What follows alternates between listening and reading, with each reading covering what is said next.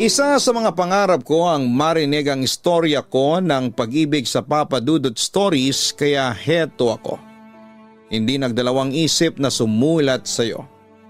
Ewan ko ba pero gusto ko talagang i-share ang love story namin ng special someone ko sa inyong mga tagapakinig na bagamat maraming pagsubok ang dumating sa amin ay masasabi naming masaya ang kinahinatnan. Siya nga pala ako si Irma, nasa late 30s na sa ngayon. Isang negosyante pero devoted wife. Papa Dudut, nagsimula ang kwentong pag-ibig ko nang makilala ko si Kelin. Maraming taon na ang nakakalipas. Magkaibang university ang pinanggalingan namin pero nagtagpo kami noon nang maglaban ang university namin sa intercollegiate debate. Nagkataong magkalaban kami noon. Yun nga lang ay natalo ang university namin dahil sadyang magaling sa debate si Kelin. Meron ding mga unexpected na pangyayari ang naganap kung saan ay nagbigay daan para maging close kami ni Kelin.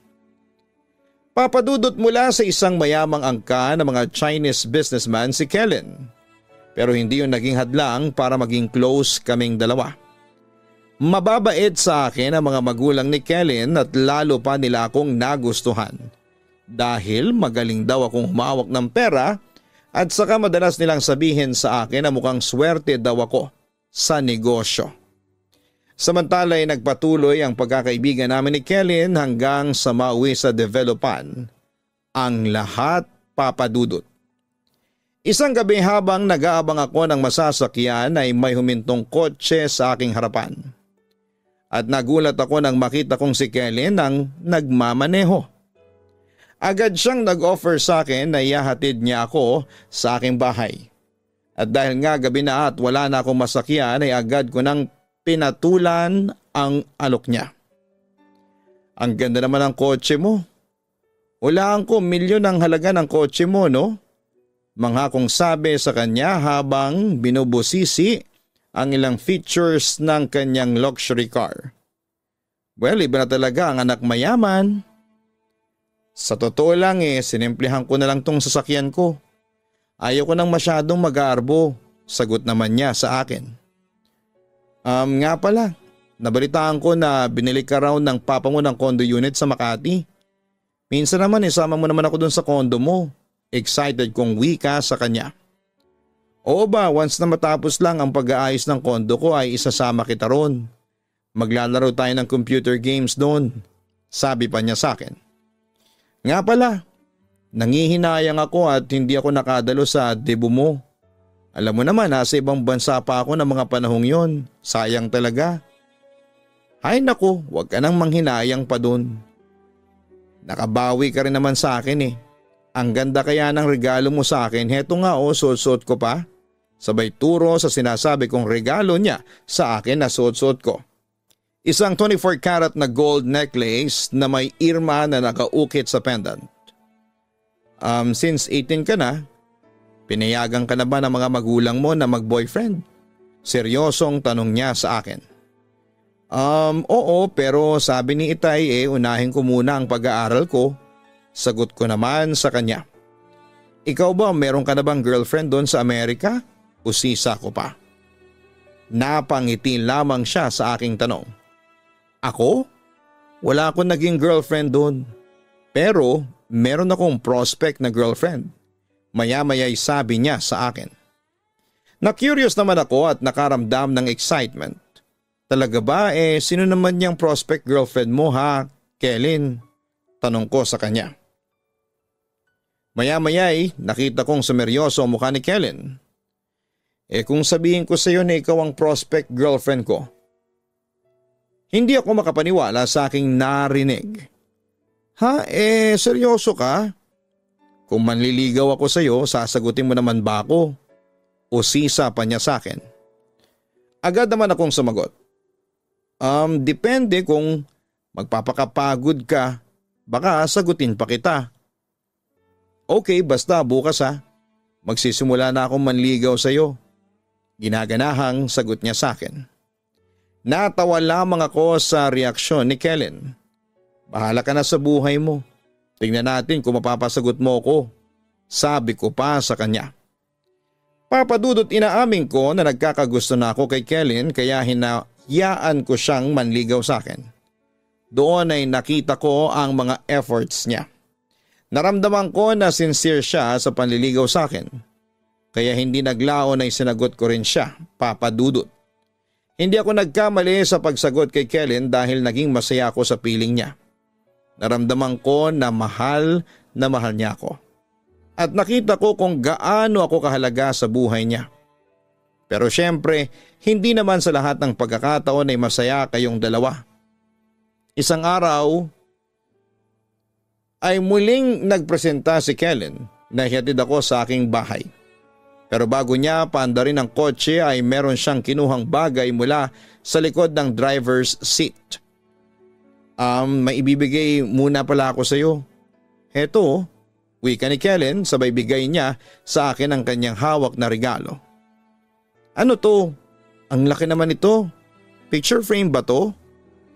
Talagang nakabalot pa talaga ng gift wrapper.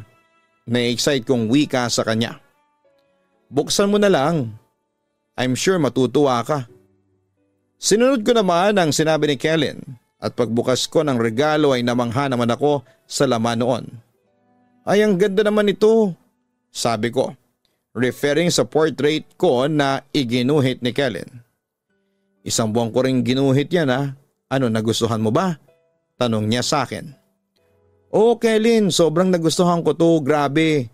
Kuhang-kuha mo yung bawat detalye ng mukha ko. Ang ganda talaga ng pagkakadrawing mo. Sobra. Amazed na amazed kong sagot sa kanya. Speechless talaga ako sa talent mo, Kellen. Alam mo sana, nag-fine arts ka na lang. Suggestion ko pa sa kanya. Fine arts talaga ang gusto kong kuning kurso kaso sina mama at papa pinipilit akong kumuha ng business management. Kasi di ba nga ako ang kaisa-isang magmamana ng mga negosyo nila. Tugon niya. Pero mukhang ayos naman sa'yo. Obserbasyon ko. Oo naman, naintindihan ko yung mga magulang ko. Kung fine arts ang kukunin ko paano na yung negosyo namin? Sayang din naman yun. At saka masarap ding mag-manage ng sariling negosyo. Biruin mo ikaw ang boss. Dagdag pa niya. May iba tayo. Kumusta naman ang studies mo? Sobrang stress ako lately kasi ang daming projects na dapat tapusin. Ilang gabi na nga ako nagpupuyat Sagot ko. Ikaw napapansin ko sa'yo, mukhang hindi ka stress sa studies mo. Hindi ba nagpapaproject ang school ninyo? Actually marami din kaming mga projects pero maaga kong ginagawa kaya heto, maaga kong natatapos.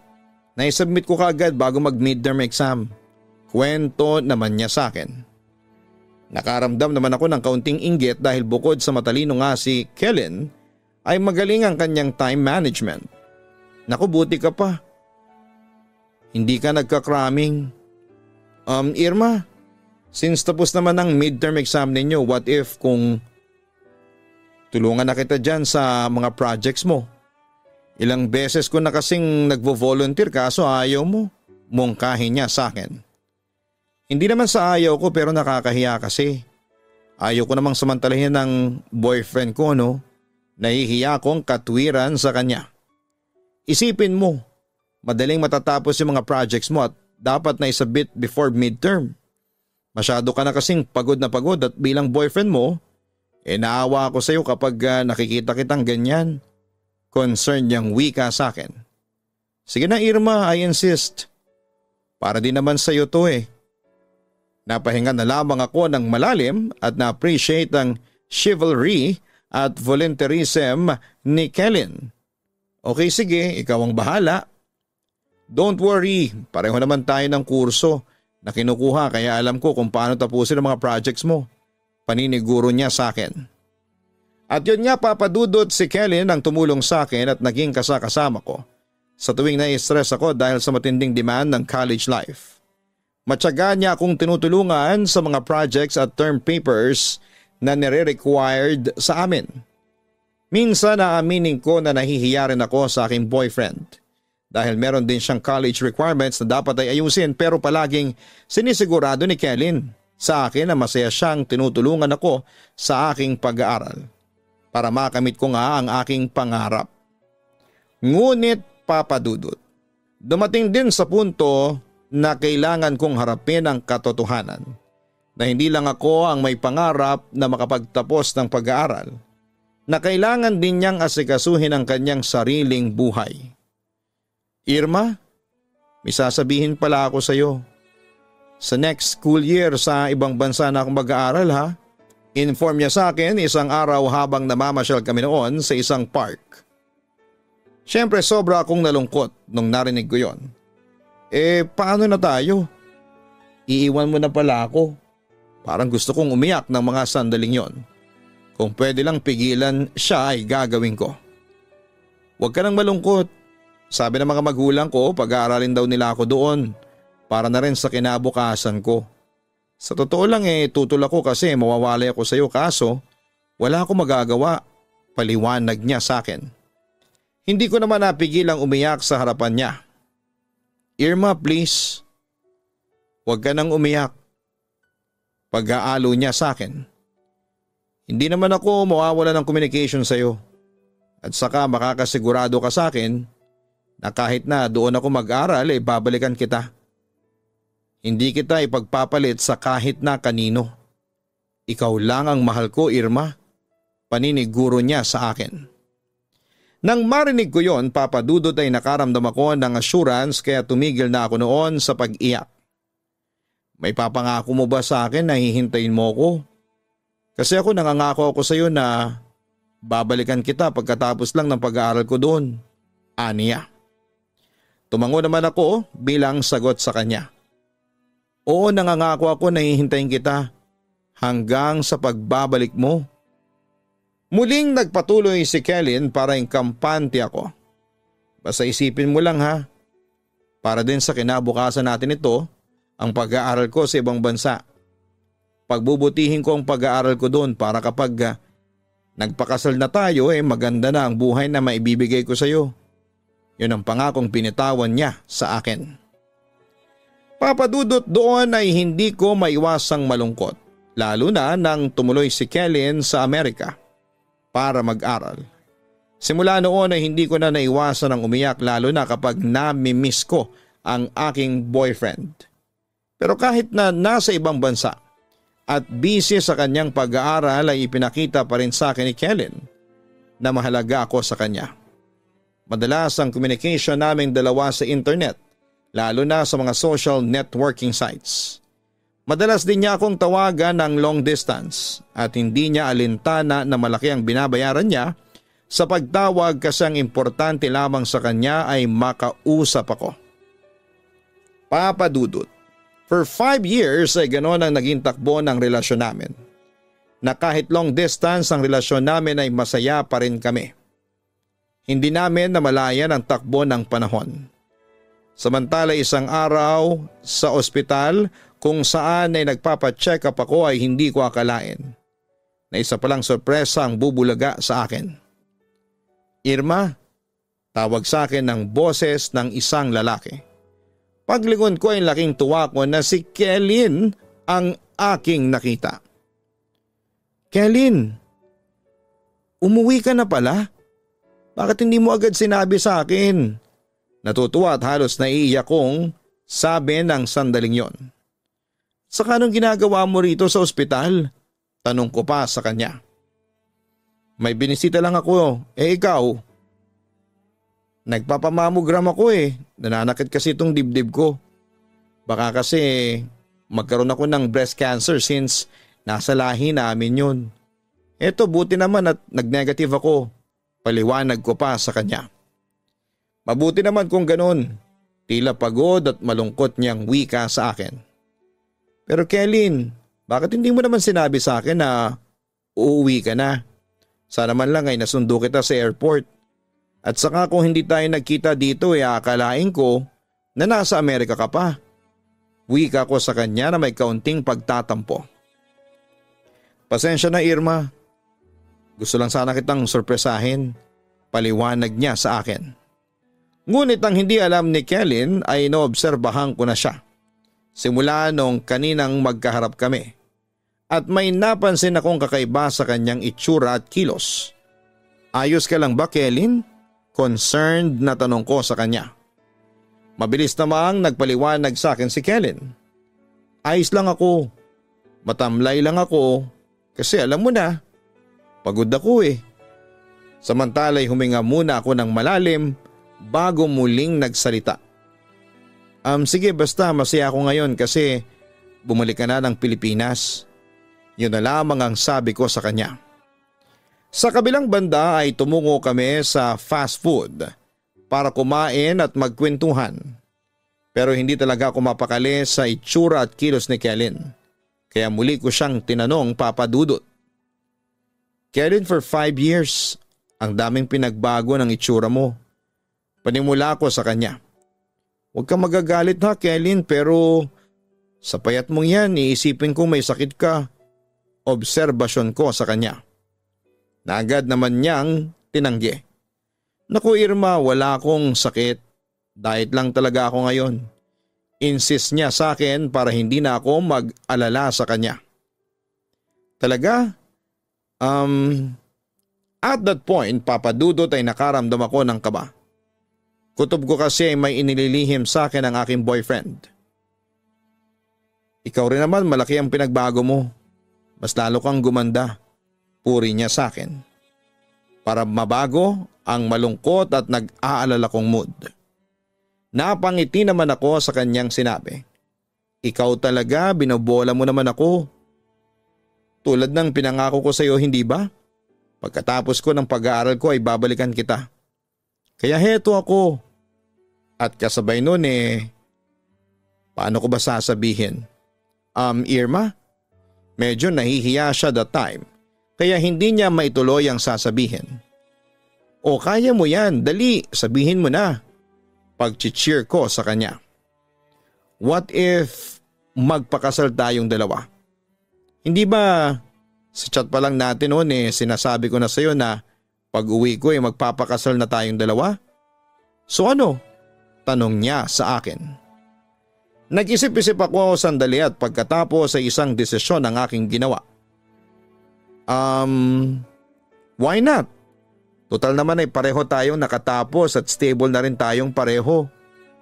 So tinatanggap mo ba ako bilang asawa mo? Oo naman Kellen. I love you at kumpiyansa ako na ikaw ang lalaking gusto kong makasama sa panghabang buhay, sagot ko sa kanya. Salamat Irma. Sana bago matapos ang taon na ito magpakasal na tayong dalawa. Pagkatapos noon ay nanaig ang katahimikan sa amin ni Kellen sa loob ng ilang minuto. Mamayang kaunti muli siyang nagsalita, Papa Dudut. Pero sa pagkakataong yon ay nagtutunog cryptic yon. Irma, basta palagi mong tatandaan ha, na kahit na anong mangyari ikaw at ikaw lang ang mamahalin ko. Ikaw lang ang gusto kong mapangasawa.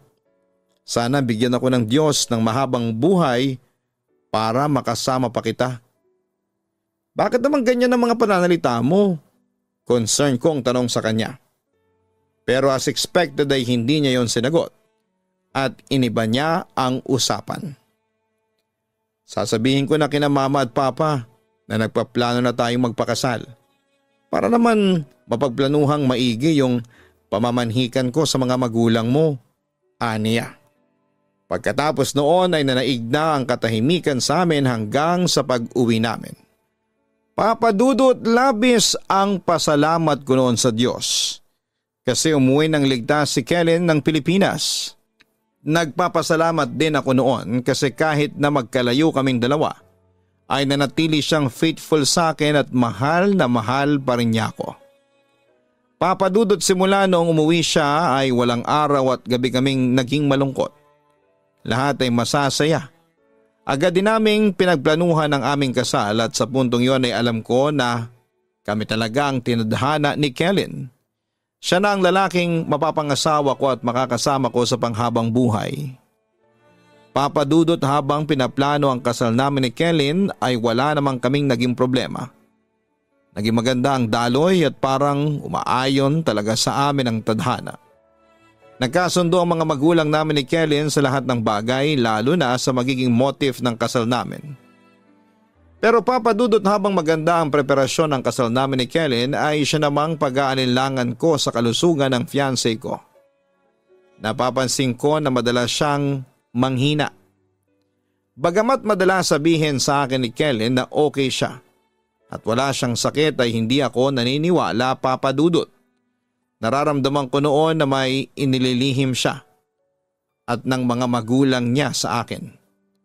Hanggang isang araw ay nalaman ko rin ang katotohanan mula sa mga magulang ni Kellen. Nang malaman ko yon ay nalungkot ako, pero on the other hand, alam ko na hindi pababayaan ng Diyos si Kellen. Samantala ay nag-decide na rin po akong sabihin sa fiancé ko ang aking natuklasan. Kellen, alam kong may nililihim ka sa akin. Nasabi na sa akin ng mama mo pagtatapat ko sa kanya. Nakita ko namang huminga ng malalim si Kellen bago nagsalita. Okay, I'm sorry. Hindi mo dapat nilihim yung sakit mo sa future wife mo. Pagpapatuloy ko na may kaunting hinanakit. Pasensya ka na. Ayaw ko lang kasing mag-worry ka sa akin eh. Ang sabi pa ni Kellen. Pagkatapos ay nilambing niya ako para mawala na ang aking pagtatampo. Pero sa puntong yon ay napaiyak na ako. Kellen, dapat sinabi mo sa akin ng maaga para naman nakatulong agad ako sa iyo. Alam mo, ilang buwan din akong nag-worry sa iyo. Kung hindi pa sinabi sa akin ng mama mo ang totoo ay hindi ko pa malalaman. Kellen, kung ano man ang problema mo problema ko na rin since malapit na tayong maging mag-asawa. Hindi mo dapat salohin yan. Kailangan mo ng katuwang. Kellen, handa naman akong tumulong sa iyo. Hindi kita iiwanan. Sabay nating harapin ang pagsubok na ito, ang sabi ko pa sa kanya. Salamat Irma. Sorry talaga kung hindi ko nasabi sa iyo. Agad ko namang niyakap ang pinakamamahal kong boyfriend. Wala na yun sa akin Kellen, ang importante maagapan niyang sakit mo para gumaling ka kaagad. Gumanti rin siya ng yakap sa akin. Sa totoo lang ikaw lang ang nagpapalakas ng loob ko dahil sa iyo lumalakas ang kumpiyansa ko na gagaling ako sa sakit ko. Basta magtiwala lang tayo sa Diyos at gagaling ka. Pampalakas ko ng loob sa kanya.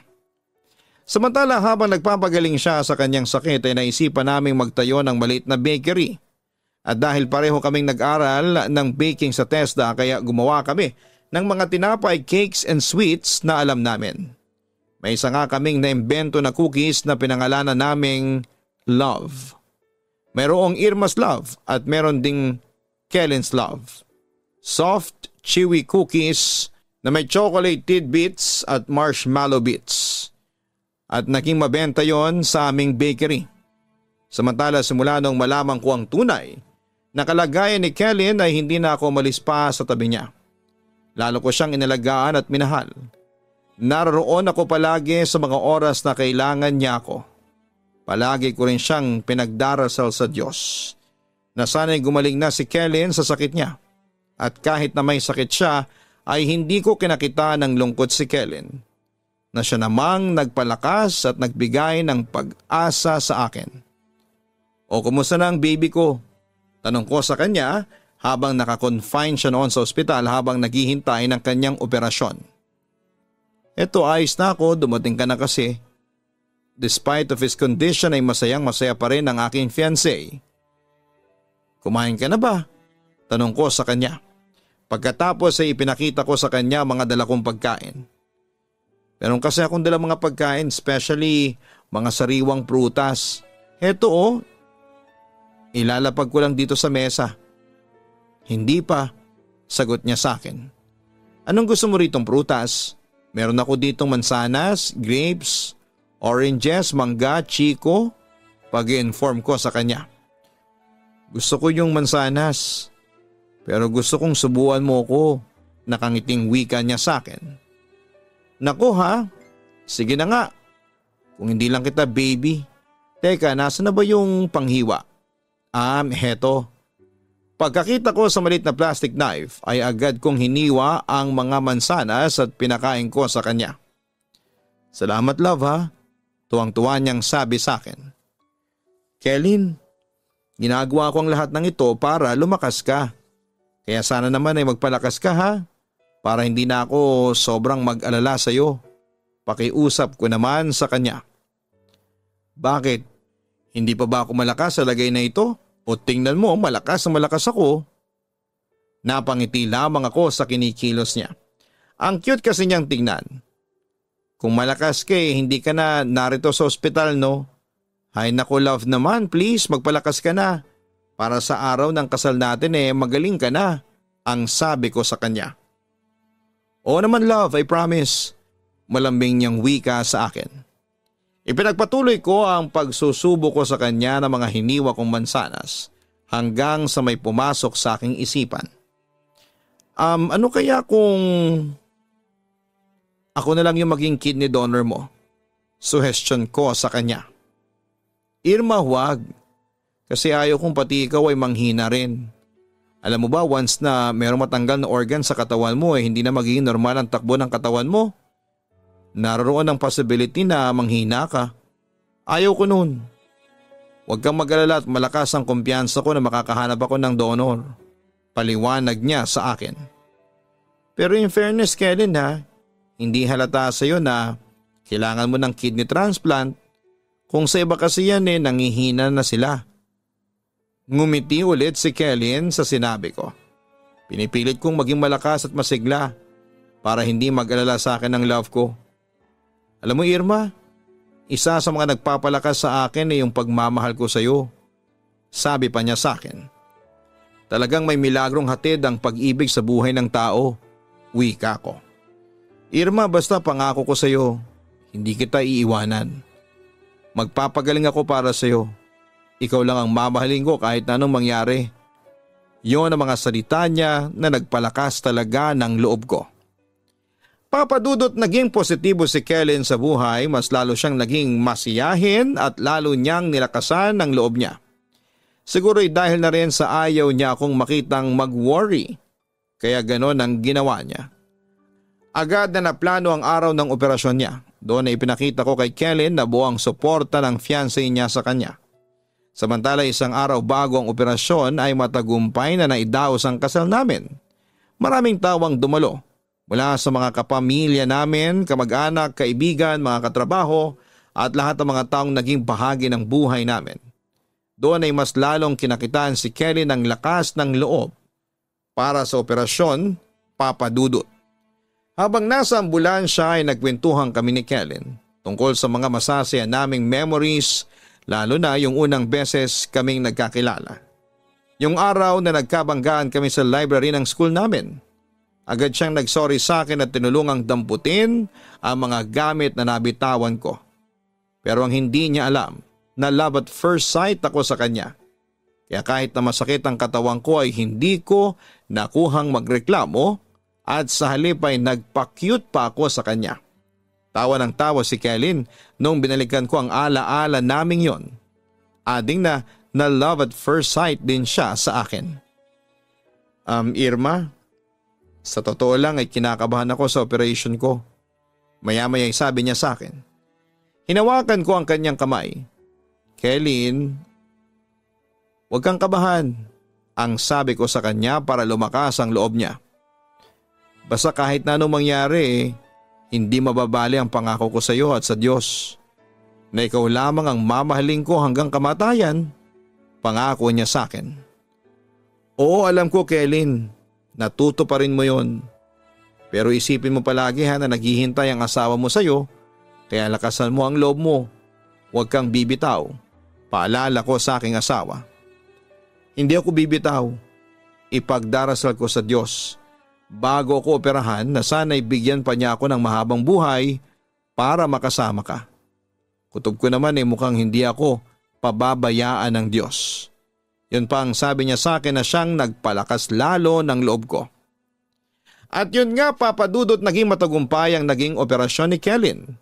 Madali siyang nakarecover dahil na rin siguro sa pagmamahal at mga panalangin ko sa kanya. 5 buwan ang lumipas simula nung maoperahan siya ay nagtungo kami ng Hong Kong para ipagpatuloy ang aming honeymoon. And guess what? Doon nabuo ang aming unang supling. Papa Dudut, simula noon ay naging masaya na ang buhay naming mag-asawa. Magkasama kami sa lahat ng pagsubok na dumarating sa buhay namin hanggang ngayon. Papa Dudut, sa kasalukuyan ay 3 na ang anak namin at pinangalanan namin itong Rian, Chrysander at Nordan, kung saan ay pinagsama ang pangalan naming mag-asawa. Nagmamanage na rin kami ng bakery ngayon kung saan may 4 na branches na kami sa Quezon City at San Juan. Papa Dudut, sa ngayon ay wala na akong mahihiling pa dahil nasa akin na ang lahat, magandang buhay, mabait na mga anak at higit sa lahat ay isang mapagmahal na asawa. Papa Dudut, hanggang dito na lamang po ang sulat ko sa iyo. Hopefully mapili po ninyong i-upload sa Papa Dudut YouTube channel ang kwento naming mag-asawa. Anyway, wish ko na sana'y tumagal ang inyong programa and regards na lamang sa iyo at sa mga staff mo. Maraming salamat at mabuhay kayong lahat. Lubos na gumagalang, Irma. Maraming salamat din kay Irma sa pagbabahagi mo ng iyong nakakakilig at masayang kwento sa Papa Dudut Stories. Totoong mahiwagang pag-ibig, no? Kaya nitong baguhin ang isang tao. Kaya niyang palakasin ang taong may sakit. Dahil sa pag-ibig kaya nagkakaroon tayo ng pag-asa para lumaban. Dahil ayaw nating mawalay sa ating minamahal. Ang kwento nila Irma at Kellen ang magpapatunay na love heals. At nakita naman natin kung gaano na sila kasaya ngayon kasama ang 3 nilang mga supling. Isa na ngayon silang masaya at masaganang pamilya. At mga ka-online na nakikinig ngayon, huwag tayong panghinaan ng loob lalo na't kasama natin ang mga mahal natin sa buhay. Kung may pagsubok man sa iyong buhay, huwag matakot na lumaban ha dahil bawat araw nakasama mo ang iyong asawa at mga anak ay isang biyayang dapat mong ingatan. Muli, God bless sa inyong lahat. Huwag kalimutan na hanapin ang Gianna Vlogs at mag-subscribe. Yan po ang aming personal family vlogs. Sana po isuportahan po ninyo ang aming nakakatuwang mga vlogs na pinag-e-effortan po ang pagkaka-edit. Ganon din po ang Kaistorya Horror YouTube channel para po sa pang-araw-araw na upload ng mga nakakatakot na kwento.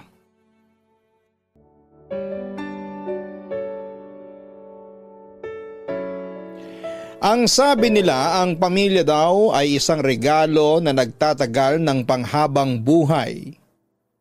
Walang pamilyang perpekto. Naroroon daw ang pagtatalo at pag-aawayan. Pero sa huli ang pamilya ay pamilya. Ang pagmamahal ay laging nandyan. Nang mabasa ko ito ay napaisip ako. Parang hindi ko yata naramdaman ito sa aking pamilya. Nakikiusap ako na itago na lamang ako sa pangalang Ren. Isa ko sa mga regular na taga-subaybay ng inyong programa.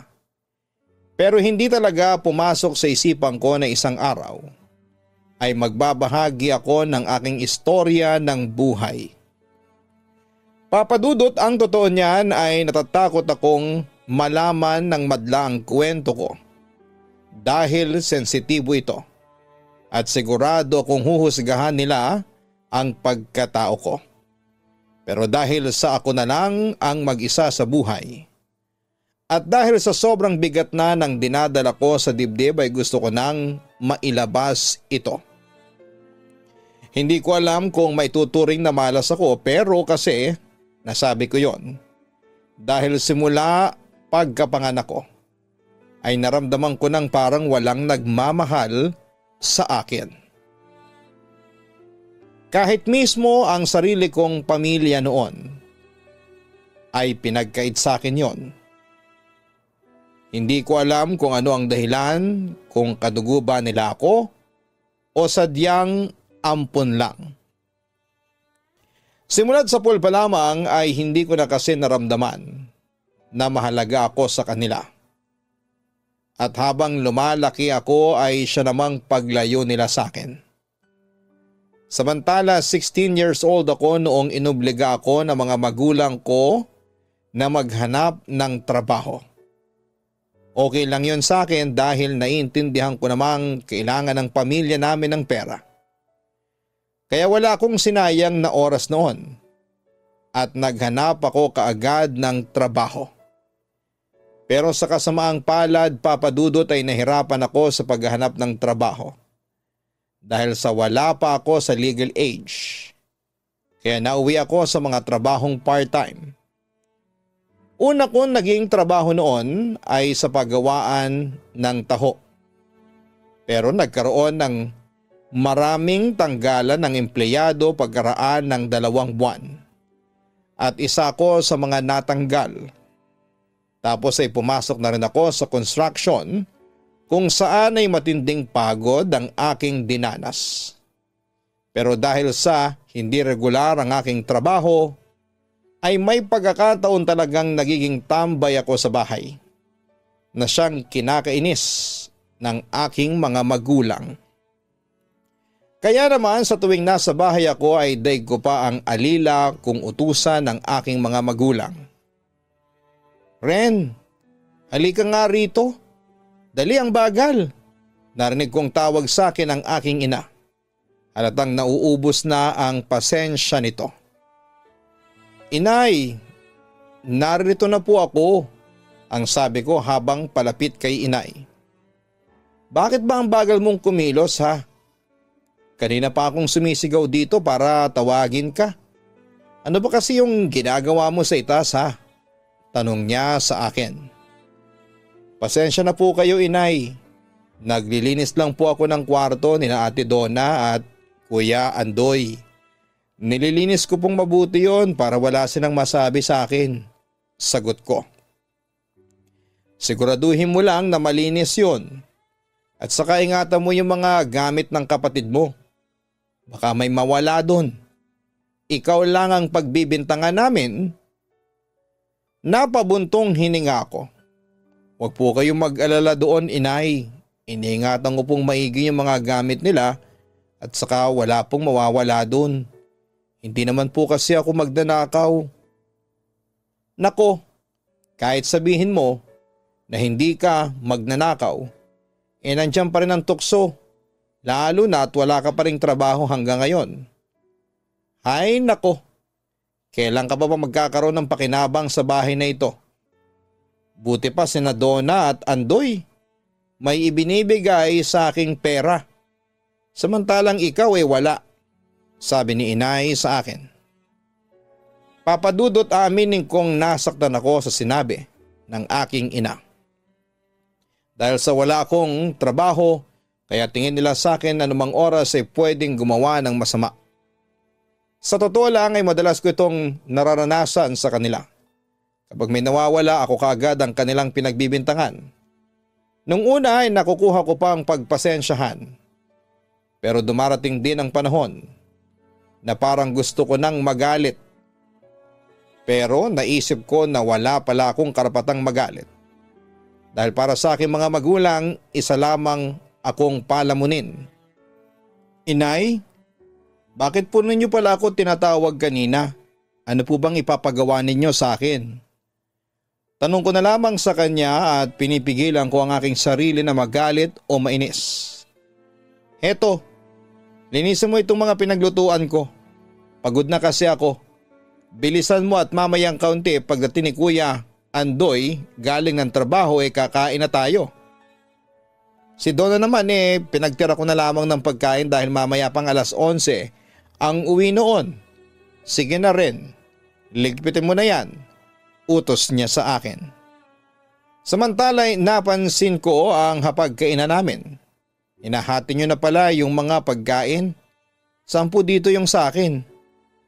Ayan yun sa'yo, sabay turo ng isang platong kakaunti ang laman. Inay, bakit po parang kakaunti naman tong ibinigay ninyo sa aking pagkain? Kumpara kina Ate Donna at Andoy. Nahihiya kong tanong. Tinitigan ako ni inay mula ulo hanggang paa, may halong panlilibak. Nagrereklamo ka pa dyan pues kung ayaw mo ng kaunting pagkain magtrabaho ka.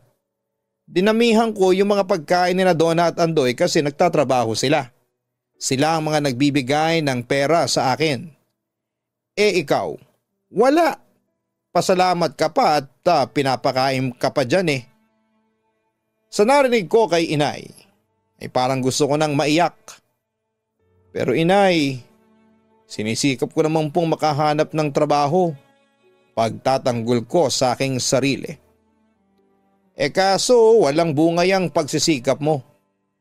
Ilang beses ka na bang naghanap ng trabaho? Maraming beses ta. Pero ano? Palagi ka na lang bagsak. Palagi na lang sablay. Buti pa mga kapatid mo. Wala pang isang buwan nakahanap na ng trabaho. Hay nako rin. Huwag ka na nga magreklamo dyan. Dali, gawin mo na yung pinapagawa ko sa'yo. Ang sabi ni inay sa akin na may halong panlalait. Papadudot hindi lang si inay ang nagtrato sa akin ng ganon. Maski si Itay at Kuya Andoy ay mababa ang tingin sa akin. Palagi nila ako nilalait, sinasaktan at kung ituring nila ako ay parang hindi nila tunay na kapamilya. O napakasakit pero hindi ko yon sinasabi sa kanila at sa halip ay kinikimkim ko na lamang ito sa aking sarili. Sa kabilang banda ay sari-saring trabaho pa ang pinagdaanan ko. Tulad ng pagiging helper, gasoline boy at kargador sa palengke. Pero sa kasamaang palad ilang linggo lang akong tumatagal. Kaya abot-abot ang pangiinsultong inaabot ko sa aking pamilya. Naghahanap ng janitor yung eskwelahang pinagwagwardyahan ko. Bala ko sanang ipasok si Rendon para naman magkaroon ng trabaho. Yang batang yan. Hindi yung nakahilata lang dito buong magdamag. Narinig kong sabi ng aking ama kay inay. Sumabat naman si Kuya Andoy. Kaso Itay, ang tanong kaya po ba ni Ren ang trabaho? Hindi ba't namasukan siya bilang houseboy kina Mrs. Fuentes? Pero ano? Puro kapalpakan lang po ang ginawa niya kaya isang araw pa lang siya sa trabaho nasisante na. Ay nako, hindi na pwede yan ngayon. Nasa critical na sitwasyon na tayo. Kaya kailangan magtrabaho na, yang Ren na yan. Kayanin niya anumang trabahong ibigay sa kanya. Basta ang mahalaga may maabot siyang pera sa akin. Narinig kong sabi ni inay. Sa pagkakataong ito ay lumapit na ako sa 3 kong kapamilyang nag-uusap. Ito na pala si Ren. Inimporma ni Kuya Andoy sa aming mga magulang. Ren, ipapasok kita bilang janitor. Pero kapag nandun ka na, huwag kang palampa-lampa at pabagal-bagal sa trabaho. Magsipag ka. Kapag ginawa mo yon, sigurado akong tatagal ka doon. Sabi sa akin ng aking ama. Kailangan mo na magtrabaho para naman may pakinabang ka. Hindi yung pahila-hilata ka lang dito. Dagdag pa nito. Tumutol ako sa huling sinabi ni Itay sa akin. Hindi po ako humihilata dito Itay. Kahit po wala akong trabaho marami naman po akong ginagawa rito sa bahay. Para na nga po akong alila dito. Buong pagtitimpi kong sabi. Abay dapat lang na alilain ka dito sa bahay. Kahit man lang dyan magkaroon ka ng silbi. Sabi ng aking ina. Na kung magsabi siya ng ganun ay parang hindi niya ako tunay na anak. Pero iba pa rin yung nagbibigay ka sa amin ng pera no. Pera ang kailangan namin, hindi ikaw. Ang sabi pa ni Itay. Sa pagkakataong yun ay umalis na ako at dumiretso sa kwarto namin ni Kuya Andoy. Doon ay ibinuhos ko ang lahat ng aking sama ng loob sa pamamagitan ng pag-iyak. Samantala'y nagkaroon ako ng trabaho bilang janitor. Pero dahil sa 16 pa lamang ako ay napilitan akong mandaya ng edad. Papadudot pinagbuti ko talaga ang trabaho para maregular ako. Ayoko na kasing maranasan na minamaltrato dahil tingin nila ay pabigat lamang ako sa kanila. Pero kahit na nagbibigay na ako ng pera sa aking mga magulang ay hindi pa rin yon sapat para mahalin at ituring nila akong kabilang sa pamilya. Hanggang sa dumating ang isa na namang pagsubok sa aming pamilya. Natanggal sa trabaho si Itay dahil binawasan noon ang maintenance and security personnel ng eskwelahan. Pero maswerte pa rin ako kahit papaano kasi hindi ako napasama sa mga natanggal. At dahil hirap din si Itay sa paghanap ng trabaho kaya nagbabaka sakali na lamang siya sa swerte sa pamamagitan ng sugal na siyang nagiging ugat ng pagtatalo nila ni Inay. Alam mong nasa critical na tayong sitwasyon tapos nakukuha mo pang magsugal? Ayan, imbis na iniipon mo yung natitirang pera mo nakukuha mo lang yung gamitin sa sabong. Tapos nung nakaraan lang, yung binigay na pera ni Donna pinang-inom mo lang sa mga kaibigan mo. Hay nako, wala talaga sa diksyonaryo mo ang pag-iipon. Narinig kong sermon ni Inay sa aking ama. Makakahanap din ako ng trabaho. At saka nandiyan naman si Donna, Andoy at Ren. May mga trabaho naman sila. Narinig ko namang sabi ni Itay. Kaso ang problema hindi sapat ang kinikita nila para sa pang-araw-araw na gastusin natin. Tapos eto pa. Kakarating lang ng bill sa kuryente. At alam mo kung magkano ang babayaran natin. Mahigit 2,000 piso. Eksakto lang yon sa binibigay sa atin buwan-buwan ni Donna. Yung kinikita naman ni Andoy sapat lang sa pagkain. Yung kinikita naman ni Ren sa pagiging janitor parang barya lang. Ang sabi pa ni Inay. Bakit kasi hindi mo pa paghanapin ng bagong trabaho si Ren na may malaki-laking sahod para naman maramdaman natin yung kinikita niya? Narinig kong suhestyon ni Itay sa aking ina.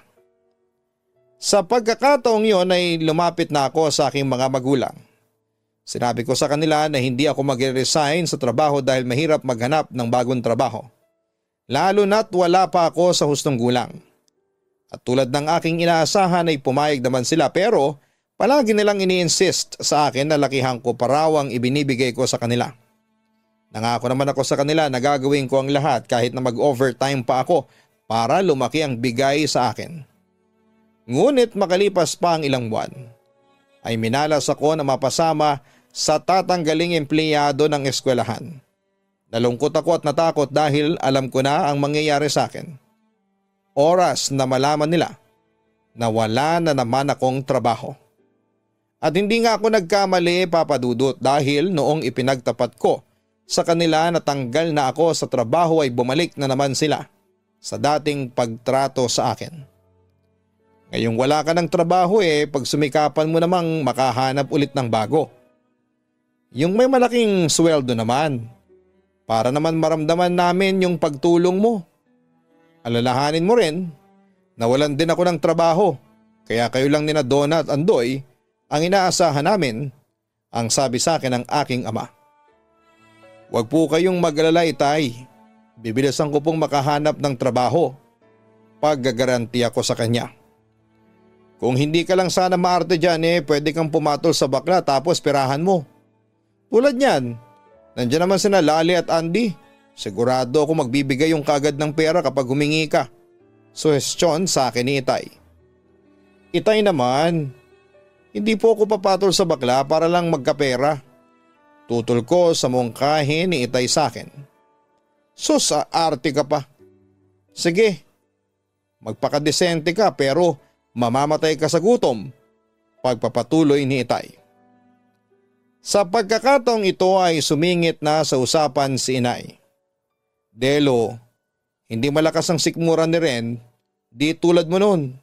Hindi kayang magpakama ni Ren sa mga bakla at matrona tulad ng ginagawa mo dati para lang magkapera. Kuring, kung mag-iinarte pa yung anak mo, hindi siya aasenso niyan. At saka sayang naman ang itsura ni Ren.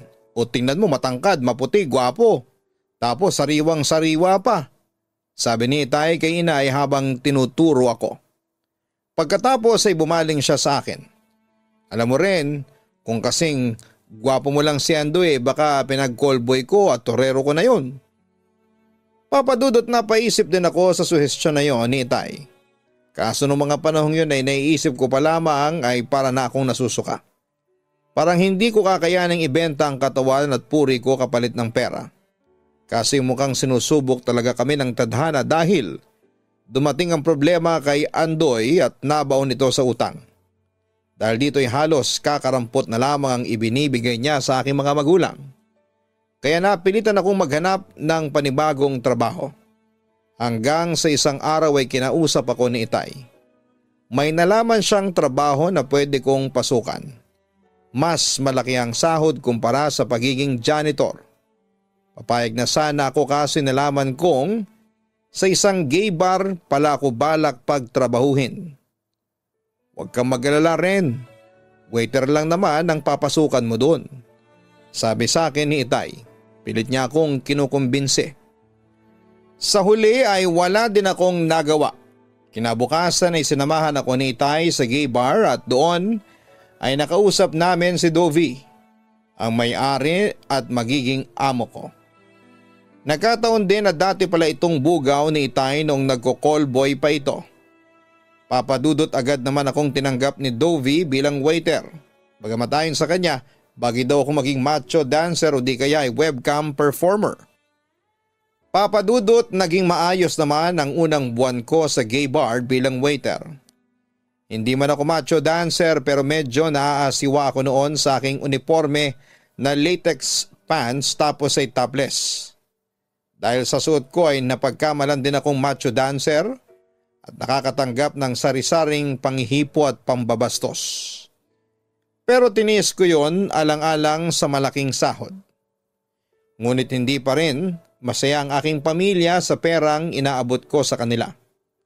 O maaring malaki ang sahod ko doon kumpara sa sinasahod ko sa dati kong trabaho pero nakatanggap pa rin ako ng reklamo sa pamilya ko. Papadudot hindi ko alam kung ano ang gagawin ko ng mga panahong yon. At ilang buwan pang lumipas ng sunod-sunod, ang problemang dumarating sa buhay namin ay napilitan na akong kumapit sa patalim. Samantala habang nagtatrabaho ay nilapitan ako ng aking amo na si Dovie. Ang sipag mo naman dyan at saka maayos naman ang trabaho mo. Sa tingin ko dapat ka lang bigyan ng increase sa sweldo mo, sabi niya sa akin. Natuwa naman ako at nagpasalamat sa kanya. Siya nga pala, ilang taong ka na ulit? Tanong pa niya sa akin. Natigilan ako saglit at medyo kinabahan. 18 po, pagsisinungaling ko. Hindi ako naniniwalang 18 ka rin, tapatin mo ko, ilang taong ka na talaga. Napalunok ako. Alam na yata ng boss ko na nagsisinungaling ako sa edad, kaya no choice ako kundi ang aminin ang totoo sa kanya. Sir Dovie, 16 pa lang po ako, pagtatapat ko. Sabi ko na nga ba tamang hinala ko na nandaya ka ng edad? Patuloy ng aking amo. Pero hindi siya galit sa ginawa ko. Sir, tatanggalin niyo po ba ako sa trabaho bilang waiter? Kinakabahang tanong ko. Ayaw ko kasing mawalan ulit ako ng trabaho. No, hindi kita tatanggalin kasi masipag ka naman. At saka tatanggalin ba naman kita samantalang namumroblema ang pamilya mo sa pera. Kapag tinanggal kita, kawawa naman kayo. Wala kang perang may iaabot sa mga magulang mo. Konsensya ko pa yon, ang sabi niya sa akin. Sa pagkakataong yun ay nakahinga ko ng maluwag. Salamat po Sir Dovie. Huwag po kayong mag-alala at pagbubutihan ko po ang trabaho ko. Napatingin sa akin ang aking boss at napangiti. Gusto mo bang kumita ng mas malaking pera? Tanong niya ulit sa akin. Siyempre naman po, oo. Gusto ko po kasing makatulong sa pamilya ko. Excited na sagot ko. Ano pong gagawin ko, sir? Simple lang, maghubad ka at magsayaw sa harapan ng entablado. O di kaya alam mo na walang excitement ko sa muka. Pero Sir Dovie, parang hindi ko po yata kaya yun. Sabi ko. Akala ko ba kakayanin mo ang lahat? Isipin mo rin. Para ito sa pamilya mo, malaking pera ang kikitain mo. As in limpak-limpak na salapi. Pag-iengganyo sa akin ni Dovie. Pero puri ko po ang kapalit. Kinakabahan kong wika. Aanhin mo naman ang puri mo kung mamamatay ka ng dilat ng mata. dahil sa gutom. Ren, pag-isipan mong mabuti. Sa panahon ngayon ay kailangan mo maging praktikal. Anong ngayon kung ibenta mo ang katawan mo? Wala namang mawawala sa iyo kasi lalaki ka naman. At saka naniniwala ako na kapag nasubukan mo na at nakahawa ka na ng malaking pera ay makakalimutan mo yung puri mo. Ano Ren? Naghihintay si Dovie ng aking sagot. Pag-iisipan ko po. Tangi ko lang nasabi. Huwag mo nang pag-isipan pa Ren. Naririto na ang oportunidad. Huwag mo nang pakawalan pa. Huwag mong sayangin ang kakisigan mo. Pagkakitaan mo yan. Natahimik ako at pinag-isipan ang sinabi ng aking amo. Palagay niyo po sir papasa po ba talaga ako sa trabahong yan? Tanong ko. Oo naman, gwapo ka naman. Actually ikaw ang pinakagwapo sa mga lalaking naririto. Na-excite na wika pa ni Dovie. Pero paano naman po yung katawan ko? Papasa po ba? Tinignan ulit ni Dovie ang katawan ko dahil nakatopless pa rin ako ng mga oras na yon. Pasok na pasok ka pa rin. Magandang pangangatawan mo. Bukod doon ay matangkad ka tapos maputi at halatang halata na sariwa ka pa. Ano tama ba ako? Virgin ka pa. Nahiya naman akong sumagot. Opo, virgin pa po ako. So ano rin, game ka na ba? Tanong sa akin ng aking amo. Hindi ako kaagad nakasagot dahil na rin sa sobrang kaba. Naintindihan ko kung hindi ka kaagad makasagot. Ganito na lang. Bakit hindi mo subukan ngayon? Alam mo ba, merong isang kliyente tayo na nagka-crush sa'yo. Fritz ang pangalan. At alam mo ba, mayaman yung lalaki. Pagpapatuloy ni Dovie. Pagkatapos noon ay hinila niya ako papunta sa sinasabi niyang kliyente na Fritz ang pangalan. Naghihintay ito kanina pa sa isang kwarto. At nang makita ako ay para itong asong ulol na uhaw sa aking murang katawan. At yun nga papadudot, iyon ang unang experience ko. Napapapikit na lamang ako habang nilalakbay niya ang aking katawan. Sa una ay nakakakaba pero nakalimutan ko rin yon. At nagpapalitan na ng ligaya. Lalo na nung binigay ni Fritz sa akin yung 1,500 na bayad niya sa puri ko. Pagkatapos ng una kong experience kay Fritz ay muli akong kinausap ni Dovie para alamin ang aking naging experience. Sabi ko sa kanya ay pumapayag na ako sa ganong klase ng trabaho. Papadudot nung una talaga ay sobrang nahirapan ako sa ginawa ko. Hindi ko masikmura na ibenta ko ang mura kong katawan sa mga taong hayok sa laman pero dahil sa iniisip ko ang kapakanan ng aking pamilya ay tiniis ko lamang ang lahat. Hanggang sa tumagal ay nasanay na rin ako. Papadudot pinagpatuloy ko na ang ganong trabaho at nakipagbigay na ako ng malaking pera sa pamilya ko. At doon ay naranasan ko na kung paano pahalagahan at mahalin. Nakita ko sa kanila ang kasiyahan na siyang nagpataba talaga ng puso ko. Kaya kahit na mahirap ang aking ginagawa ay tinis ko na lamang yon. Makita ko lamang na masaya at sagana ang aking pamilya. Bukod sa pagiging macho dancer at callboy ay sari-saring racket ang ginawa ko noon. Para kumita ng malaki para may abot sa pamilya ko.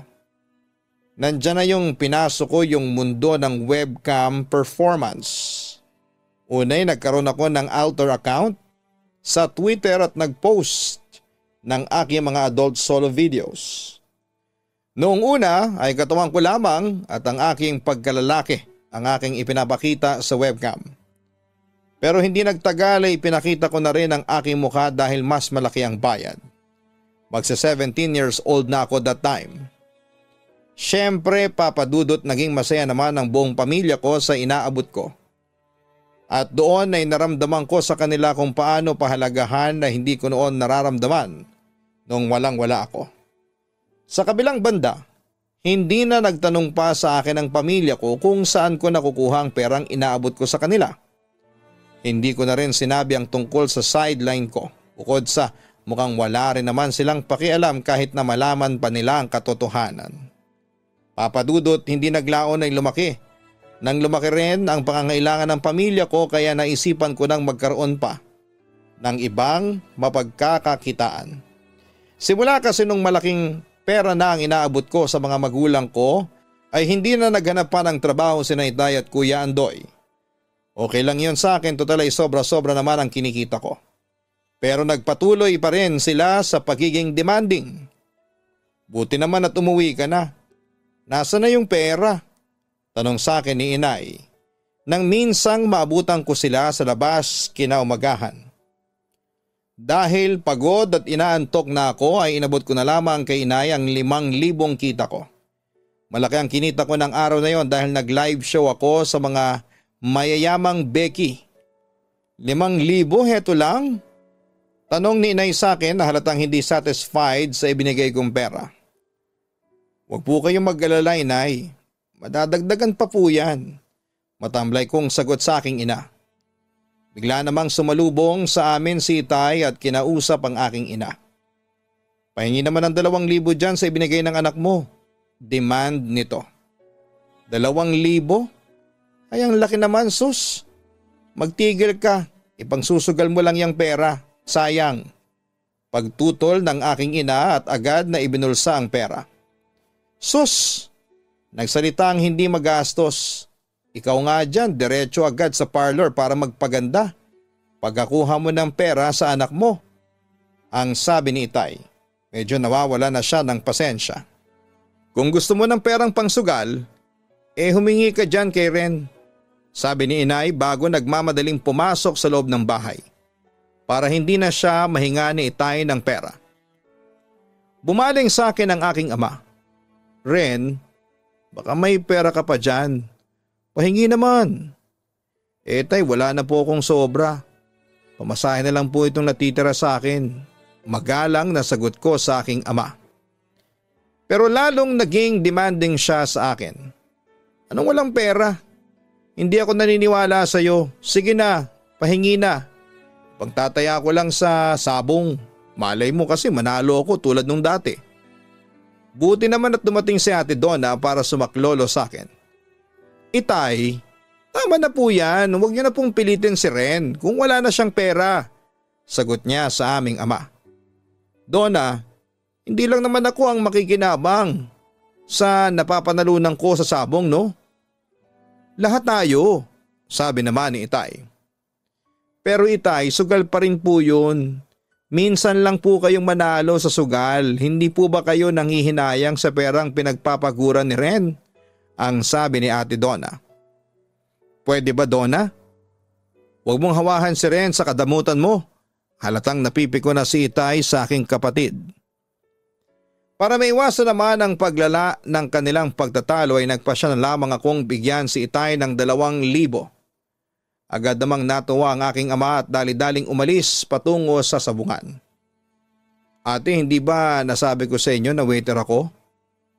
Pero hindi naniwala si Ate Donna sa aking sinabi. Ang laki naman ng kita mo para sa isang waiter. O baka naman sumasideline ka bilang macho dancer o di kaya nagbebenta ng sarili mong laman para magkapera. Nanunubok na sabi niya sa akin. Natahimik ako. Mukhang nakakahalata na sa akin si Ate Donna. Pero naisip ko rin na ano naman ngayon kung malaman niya ang katotohanan. Magsusumbong siya sa aming mga magulang? Samantala'y narinig pala ni Inay ang usapan namin ni Ate Donna. Kaya lumapit siya sa amin. Donna, wala ka nang pakialam ha? Kung saan kinukuha ni Ren yung pera. Ano ngayon kung macho dancer siya o call boy? Wala namang mawawala sa kanya kasi lalaki naman siya. Ang importante nagbibigay siya ng malaking pera sa atin. Ang sabi pa niya sa aking kapatid. Papa Dudut, alam ko naman na hindi naman mahalaga sa pamilya ko kung saan ko kinukuha ang perang inaabot ko sa kanila. Ang mahalaga lang naman sa kanila ay masunod ko ang pangangailangan at luho nila. Kaya bukod sa pagmamacho dancer at callboy ay sumasideline din po ako bilang cyber performer at torero, Papa Dudut. Malaki talaga ang kinikita ko sa mga sideline na yon at dahil doon ay nakalimutan ko ng irespeto pa ang sarili ko. Ang mahalaga lang naman kasi sa akin ay mahalin ako at tanggapin ang sarili kong pamilya at tanging pagtulong ko sa kanila ang sagot para mangyari yon. Pero isang gabi habang nagpe-perform ako ng hubot-hubad sa entablado, ay laking gulat ko na lamang nang makita ko si Ate Donna. Umakyat siya ng entablado at hinila ako pababa. Siyempre nagkagulo noon sa loob ng gay bar pero walang pakialam noon ang ate ko. Kaya para maiwasan pa ang mas malaking gulo, agad ako nagsuot ng underwear at dinala ko siya sa aming dressing room. Doon ay kinumpronta ako ng aking kapatid. Isang malakas na sampal ang aking natanggap mula sa kanya. Napasigaw ako sa sakit. Bakit mo ako sinampal ate? Kumpronta ko. Sinampal kita kasi para matauhan ka sa mga pinaggagawa mo sa buhay mo. Halos maiyak ang ate ko sa kalunos-lunos na sinapit ko. Hindi ko na rin napigilang umiyak noon. Bakit ba ate? Ano bang pakialam mo sa akin? Ano bang pakialam mo kung ibuyangyang ko at ibenta ang sarili kong katawan sa madla? Wala naman hindi ba? Ren, hindi ko gustong saktan ka. Pero nag-aalala ako sa iyo. Wika ni Ate Donna. Hindi mo kailangan mag-alala para sa akin ate. Naiiyak ko ng sagot. Kapatid kita. At hindi ko maaatim na ibenta mo ang iyong katawan at dangal para lang sa kakarampot na pera. Teenager ka pa lang. Huwag mong sirain ang buhay mo. Umiiyak si Ate Donna sa harapan ko.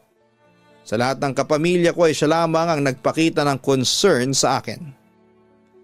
Papadudot hindi na ako nakapagpigil noon at ibinuhos na ang kinikimkim kong sama ng loob.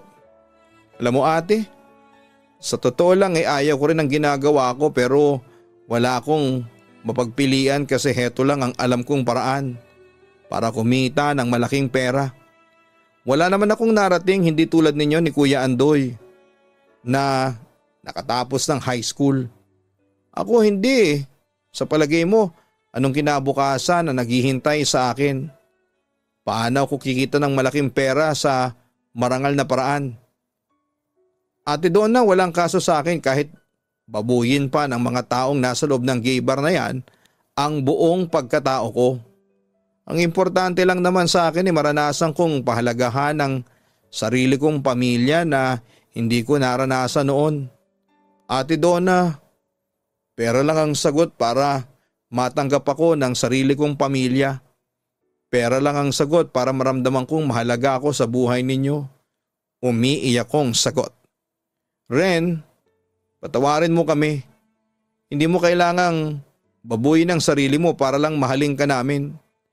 Nakikiusap ako sa iyo Ren, pahalagahan mo muna ang sarili mo bago kami. Itigil mo na yung ginagawa mo.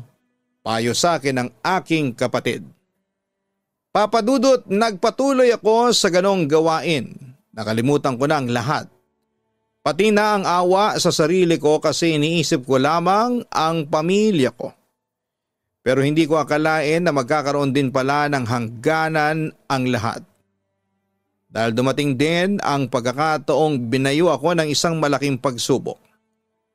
Papadudot dahil sa makamundong trabaho ko ay nahawahan ako ng HIV at ang karelasyon kong si Fritz ang may kasalanan. Noong magpositibo ako ay nanlumo talaga ako at masasabi kong yun na talaga ang katapusan ng mundo ko. Pero sa kabila ng pagsubok na yon, sinikap kong magpakatatag at sinubukan kong lumapit sa mga kapamilya ko para ipagtapat ang aking sakit. Pero imbes na tulungan nila ako sa aking problema ay ipinagtabuyan nila ako. Papadudot doon ko na pagtanto na kahit kailan ay hindi nila ako matatanggap bilang kapamilya ng walang naiaabot na pera. Masakit man yon sa akin pero tiniis ko yon. Samantala ay nag-decide na lamang akong umalis noon sa bahay namin nang hindi nagpapaalam. Papadudot hanggang ngayon ay hindi pa rin nila alam ang kalagayan ko. At alam ko naman na kahit malaman pa nila yon ay wala rin silang pakialam sa akin. Papadudot bakit may ganong pamilya. Bakit parang mas mahalaga pa sa kanila ang pera kesa sa sarili nilang kapamilya? Ano bang gagawin ko sa pagsubok na ito sa buhay ko? Sino ba ang pwede kong masandalan sa mga oras na ito? Pinanganak lang ba ako para mag-isa, Papa Dudut? Sana'y palakasin ninyo naman ang loob ko. Dito ko na lang po tatapusin ang lahat. Sana'y mabasa nyo ito at maraming salamat and God bless sa inyong lahat. Lubos na gumagalang, Ren. Maraming salamat, Ren, sa pagbabahagi mo ng iyong istorya sa Papa Dudut Stories. Nakakalungkot at nakakaiyak ang sinapit mo sa kamay ng iyong pamilya. Sa totoo lang ay napapaisip kami kung talaga bang sila ang tunay mong pamilya o hindi. Sa iyong kwento ay hindi ka nila trinato bilang kapamilya at sa halip ay pinagtabuyang ka lamang nila nang ma-realize nila na wala ka nang magiging silbi sa kanila. Mga kaibigan, malungkot din ang sinapit ni Ren. Na sa murang edad ay napilitan siyang ibenta ang kanyang katawan para lamang ma-please niya at maramdaman niyang mahal siya ng mga ito. Pero sa kabila ng sakripisyo niya ay binaliwala lamang siya ng kanyang pamilya. Sa totoo lang ay hindi pamilya ang tawag doon at kung ano man ang dahilan nila ay hindi dapat gawing rason para maltratuhin na lamang ng ganon si Ren. Ren, kung nakikinig ka man ngayon, magpakatatag ka. Hindi ka man makakuha ng pag-aalaga at atensyon sa iyong pamilya. Naniniwala kung merong mga taong ibibigay sa iyo ang Panginoon para makasama mo at makatulong sa pinagdadaanan mo ngayon. Kaya huwag mong isipin na pinanganak kang nag-iisa dahil alam nating hindi yon hahayaan ng Diyos. Ren, huwag kang sumuko at ikaw ay magbalik loob sa ating Panginoon. Naniniwala kaming malalampasan mo rin ang pagsubok na yan sa iyong buhay. Hanapin po ang Kaistorya YouTube channel para sa mga araw-araw naming upload ng mga horror stories. Narrated by Jason Steele. Ganon din po, mag-subscribe po kayo sa Gianna Vlogs, ang aming weekly family vlogs. Maraming salamat po sa inyong lahat.